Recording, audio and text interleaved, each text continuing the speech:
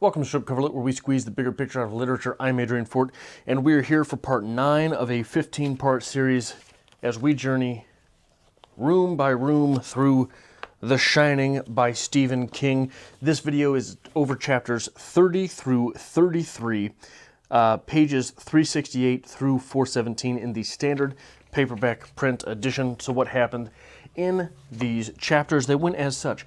Chapter 30 was titled 217 Revisited, and in this chapter, Jack goes up to room 217 after hearing Danny's tale of what happened in the room. However, he cannot quite muster all of the chutzpah that Danny did when confronted with an apparition.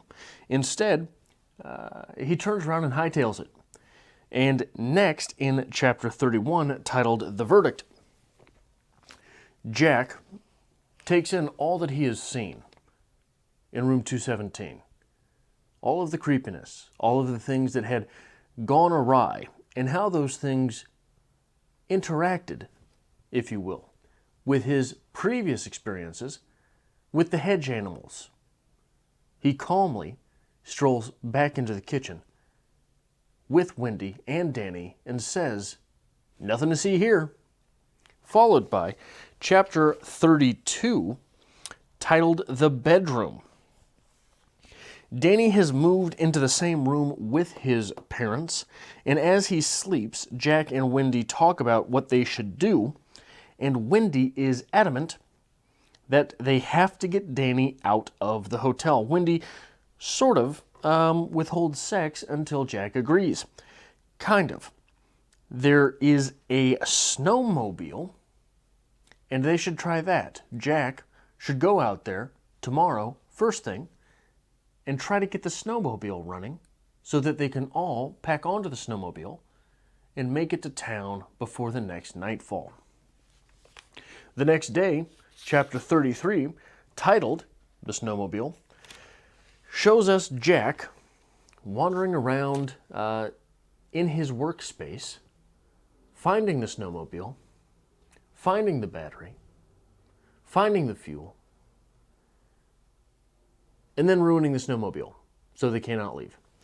So what is there to talk about in these chapters? First and foremost, I did speak a little bit about the fact that I want to talk about Stephen King on a writerly level, and that I think he does not get his proper due when you are talking about something academically. I think that he is one of the preeminent storytellers of our time. Certainly one of the most active. I don't know how many books Stephen King has to this day published. But, regardless of all those things, one of the very first things in this series of chapters that there is to talk about is a goddamn adverb. A pairing of goddamn adverbs. Here, in the opening paragraph, he took the elevator up, and it was strange, because none of them had used the elevator since they moved in. He threw the brass handle over it, and it wheezed vibratoriously up the shaft, the brass grate rattling madly. Now, I think on a writerly level, what happens when what is going on down here? What happens when we use adverbs is that we strip the reader of experience. While reading that, the reader has to deconstruct vibratoriously and has to put some meaning behind madly.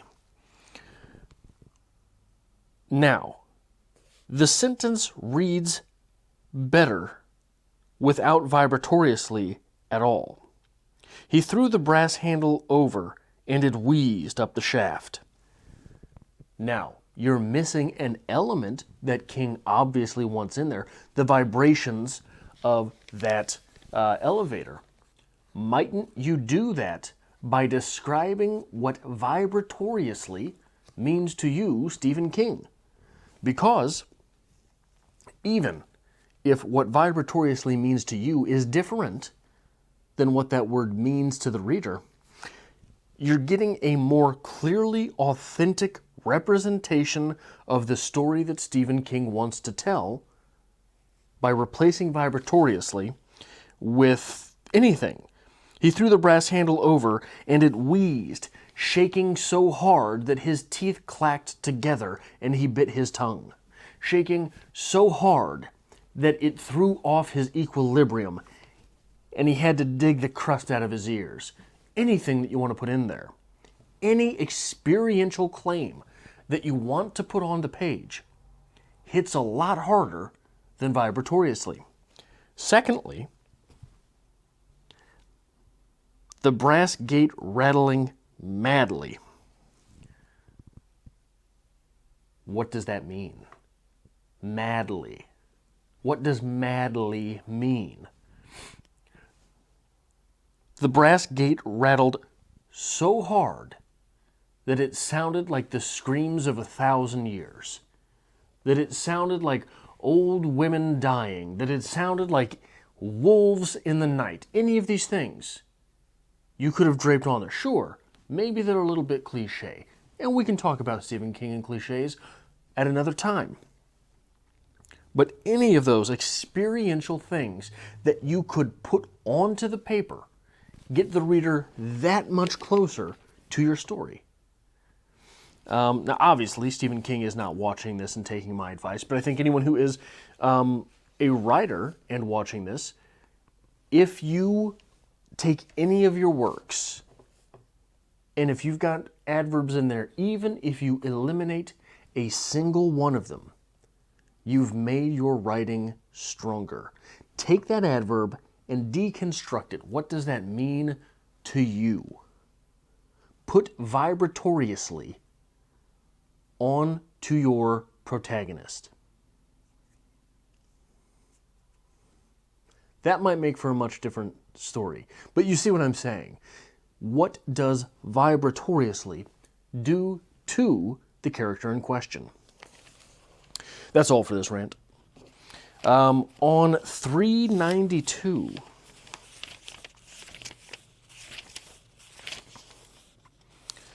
we get these couple of passages. "Stop," she said, and this is as Jack is laying in bed and just sort of riffing on what might be going on with Danny, what might be going on with the hotel, what they're all living through. "Stop," she said. "I get the picture. I think that's more frightening than having a stranger creeping around the halls, Jack. You can move away from a stranger. You can't move away from yourself. You're talking about schizophrenia." "Of a very limited type," he said, a trifle uneasily. "And of a special nature, because he does seem to be able to read thoughts. But he really does seem to have precognitive flashes from time to time. I can't think of that as mental illness, no matter how hard I try. We all have schizo deposits in us anyway. I think as Danny gets older, he'll get this under control." And this is interesting to me because the smartest guy that I've ever known in my life was a philosophy, history, and psychology professor at a community college named Dr. Williams. And one of the things that he said in one of his psychology courses is we all have a little bit of most mental disorders in us. We all have a little bit of depression. We're all a little bit psychotic from time to time. We all have a little bit of multiple. But he said, but we're not all a little schizo. He says that is something very different, and you know it when you see it. But it does make me wonder. It does make me wonder if perhaps we are all a little schizo. We all go a little mad sometimes, don't you? And if we are all a little schizo, maybe that type of schizophrenia is sort of confined to the level of the parameters of our intelligence, to the levels of intelligence which the sufferer holds.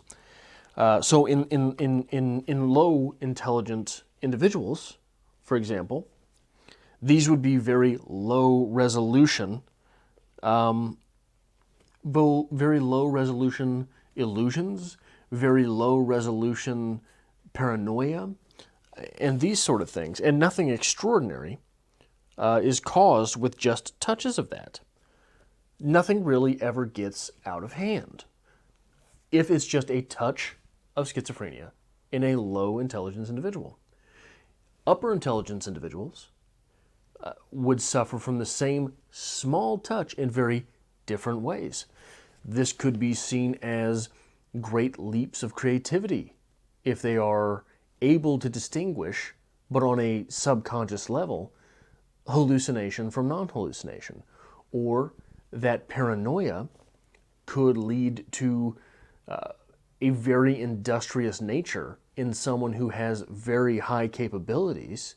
Now, I'm not saying Jeff Bezos is schizophrenic, but a little touch of it might be to blame for some of that hoarding of wealth. This is why when you have ultra-intelligent individuals who have large gobs of schizophrenia, you get people like John Nash. The John Nashes of the world, through what they suffer, become mythical because this large dollop of something that is forcing someone to suffer in that way just sort of spirals up and out as opposed to down and in, which might happen to someone with low intelligence and a decent dollop of schizophrenia. I think might just end up being an incredibly unproductive individual. Right? Maybe I'm wrong. Obviously tell me I'm wrong in the comments section, but I think that that is something.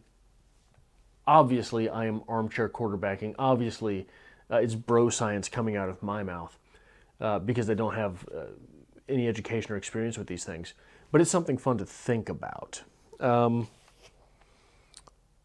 Couple more things before we get to an outside text here. On 407, Jack is waffling on whether or not he is going to disable the snowmobile that is not quite in disrepair, but is not quite in functioning fashion. So it is sort of teetering. And that's something we're going to talk about a little bit later with Jack. It's sort of teetering, and Jack has to make the ultimate decision on this because neither Danny nor Wendy are going to be able to fix the snowmobile. And we get this. If it wasn't for Danny, I would take great pleasure in grabbing one of those mallets, opening the cowling, and just pounding until he let his pent-up breath escape him in a long, slow sigh. Wendy was right. Come hell, high water, or the welfare line, Wendy was right. Pounding this machine to death would be the height of folly, no matter how pleasant an aspect that folly made. It would almost be tantamount to pounding his own son to death. Fucking Luddite, he said, aloud. He went back to the machine and unscrewed the gas cap. He found the dipstick on one of the shelves that ran at chest height around the walls and slipped it in. The last eighth of an inch came out wet. Not very much, but enough to see if the damn thing would run. Later, he could siphon more from the Volks and the hotel truck. He screwed the cap back on and opened the cowling. I think it's very interesting to look at this section because pretty obviously I think what we're supposed to be doing here is drawing a link between the cowling on the snowmobile and the call with which Danny was born. We even get it basically explicitly given to us where he is daydreaming about opening the cowling on the snowmobile and beating the hell out of it. And he says it would almost be tantamount to pounding his own son to death. So here is Danny being linked to the snowmobile, which obviously for survival purposes is a one-for-one metaphor there, right? He needs that snowmobile to survive or the hotel is going to kill him. But also, we've talked a lot about there's the natural world, there's the world in which humans live, and it's the in-between where things are starting to get spooky. Snowmobiles are complete, there's nothing natural about them.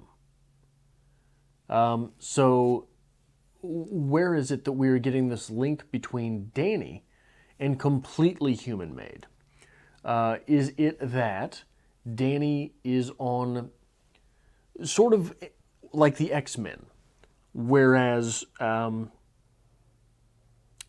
maybe the White Zombie phrase, more human than human, right? Not Nietzsche's human all too human, but more human than human. In that the X-Men were the next evolution of humankind, right? They were humans but evolved a little bit more.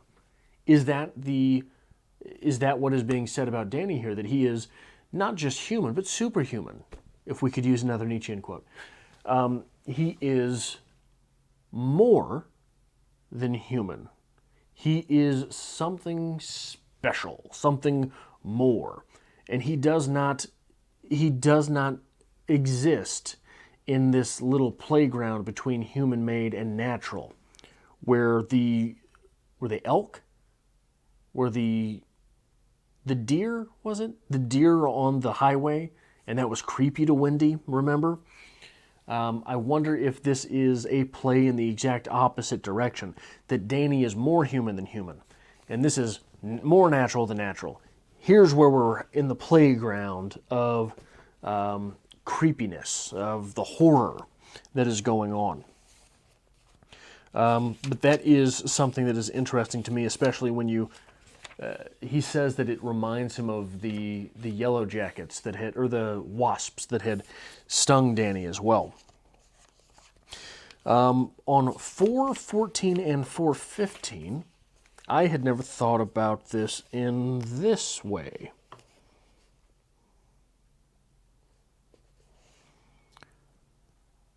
He's thinking about his play. When he had come in here, he had no doubts. Going down would be the wrong decision. Oh wait, what the hell am I talking about here? Okay, here.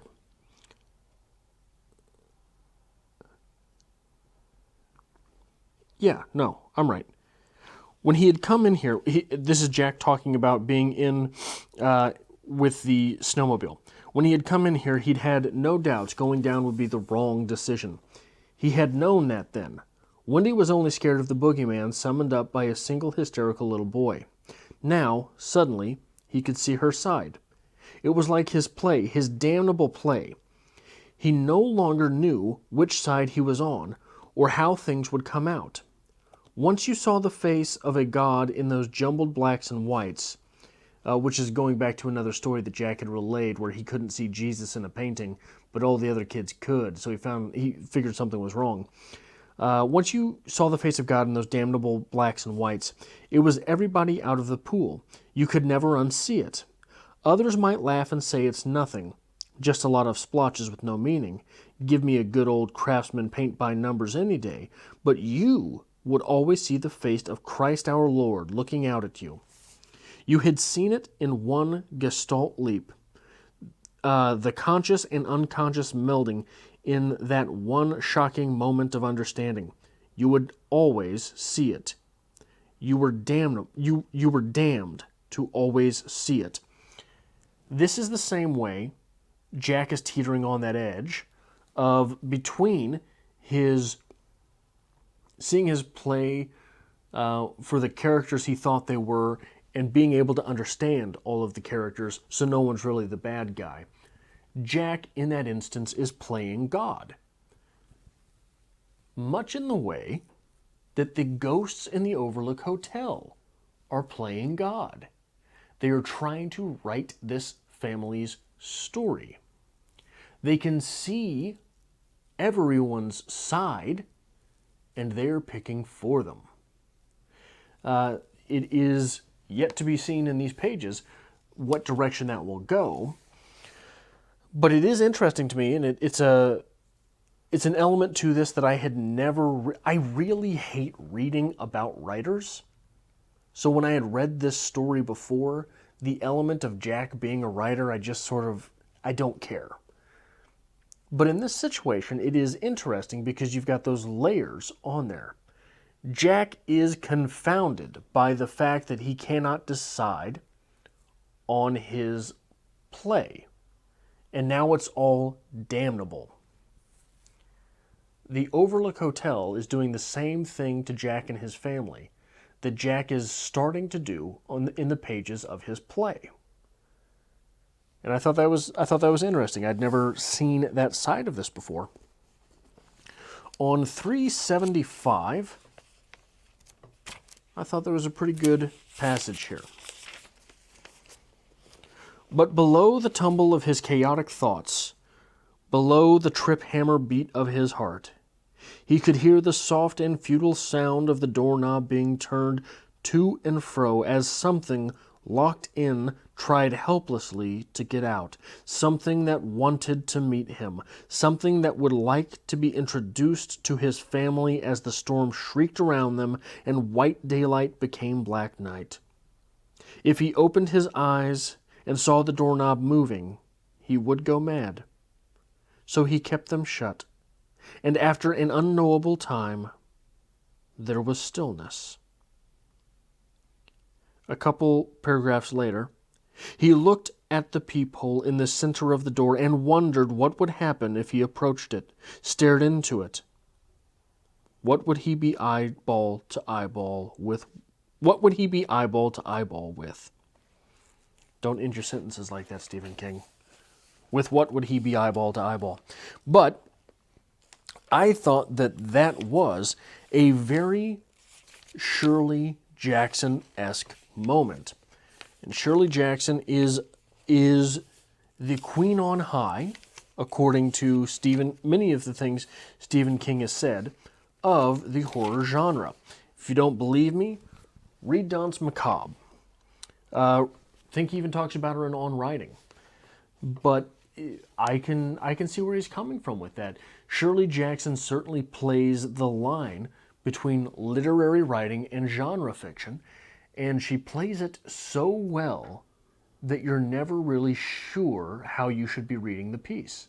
Should you be reading the piece as ironic in that we cannot trust the characters herein, or should you give in to the schlock of genre fiction and just go with the horror?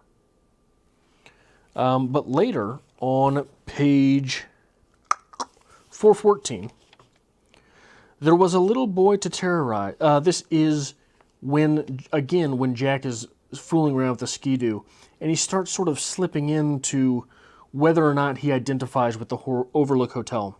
There was a little boy to terrorize, and a man and his woman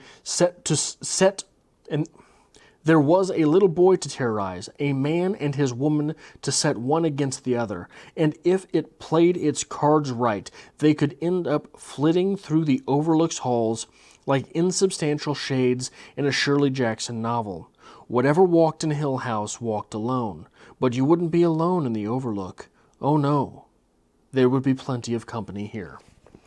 I'm going to read to you the passage that is referencing, because it is, again, one of the... I think Stephen King calls this passage one of the most immutable in the English language or something like that. But this is from Shirley Jackson's The Haunting, and it is the opening paragraph.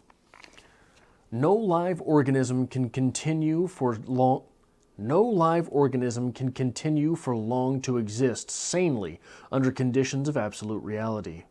Even larks and katydids are supposed by some to dream. Hill House, not sane, stood by itself against its hills, holding darkness within. It had stood so for 80 years and might stand for 80 more. Within, walls continued upright, bricks met neatly.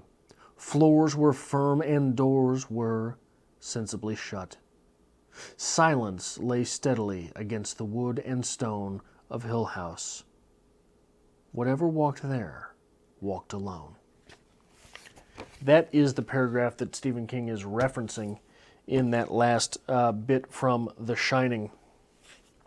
And you can really see some of the things that Stephen King is trying to do when he does reference a little bit of Edgar Allan Poe and a little bit of Shirley Jackson. He is trying to set that floor firmly.